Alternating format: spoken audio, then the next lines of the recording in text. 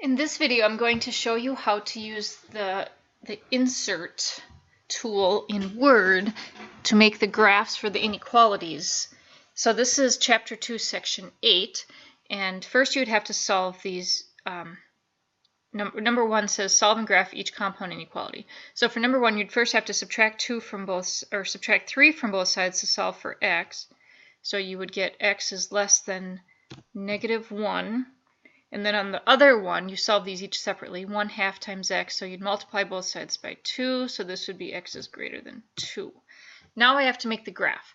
So go up here to your insert, and then go to shapes.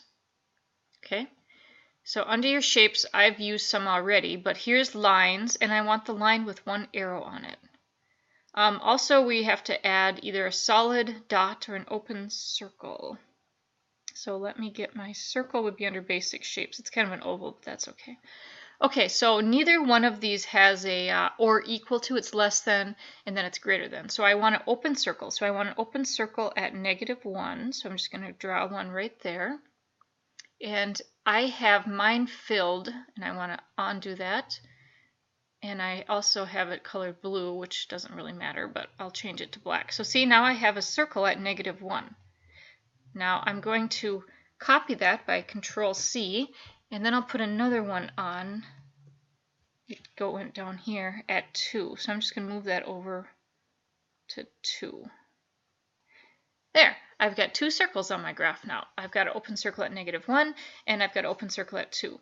Now if I wanted it to be a filled-in circle, like I'm going to do for number 2, I would fill in my circle by where did my picture go?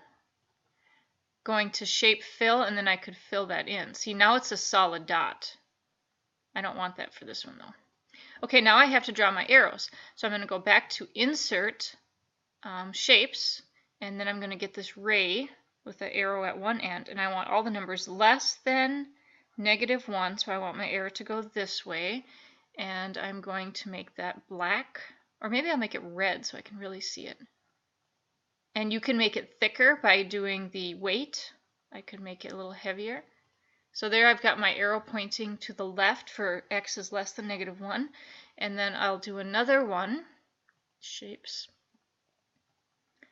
for greater than 2. And again, you can pick what color you want. You can make it heavier if you want. Just as long as I can see it, that's really all that we need. So that's how I would make the graphs for solve and graph each compound inequality. Now, if you have a touchscreen, where's my pen tool? Then you can use a pen tool and you could draw on this, but I don't know how many of you have that. Somewhere on here I can change this to being able to use a pen because I do have a touchscreen, but I thought it was under view.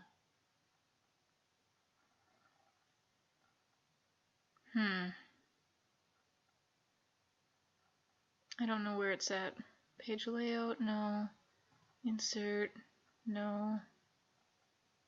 Well, on mine, I can just tap it with my pen, and it'll open up my pen menu. So some of you may be able to do that if you have a pen or if you have a touch screen. And then I can go and I can grab my pen, and I could make these, let's see, this would be -3. Oh, I'm dividing by -6. So I have to change my inequality sign, which I already did because I divided by a negative. So that would be x is greater than -3. So I'd want a solid dot at not 3, -3. I put it in the wrong spot. And then I would want to arrow this way. And then the other one, subtract 6, and you get 0. X is less than or equal to 0, which is right here. And then I'd want to go this way. Now this is going to fill in all of the space between the two of them. So if you have options or access to pen tools, you could do it that way too. But if you don't, that's fine because you can still use the insert shapes, and I can get my circles, and I would need one at -3, and I want to fill it this time, and I would need another one. I can just copy that. Oops. Is it copying? There's another one. I would need another one at, now I can't pick it up. Pick it up. It's too little to pick up. There. Another one at 0.